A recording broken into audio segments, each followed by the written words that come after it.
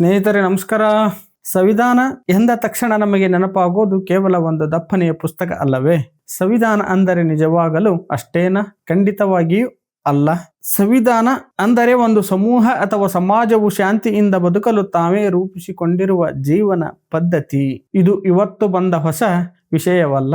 ಮನುಷ್ಯ ಯಾವಾಗ ಒಂದು ಕಡೆ ನೆಲೆ ನಿಂತು ಸಂಘ ಜೀವಿಯಾದನೋ ಅಂದೇ ಈ ಸಂವಿಧಾನ ಎನ್ನುವುದು ಹುಟ್ಟಿ ಬಂದಿದೆ. ನಿನ್ನೆ ಮೊನ್ನೆಯದಲ್ಲ.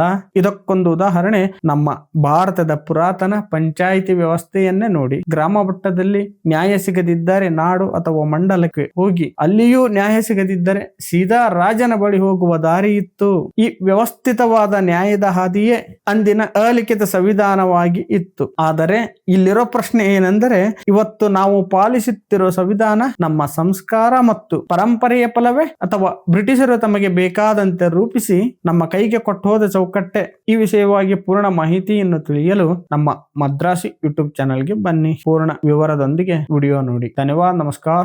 ಜೈ ಹಿಂದ್.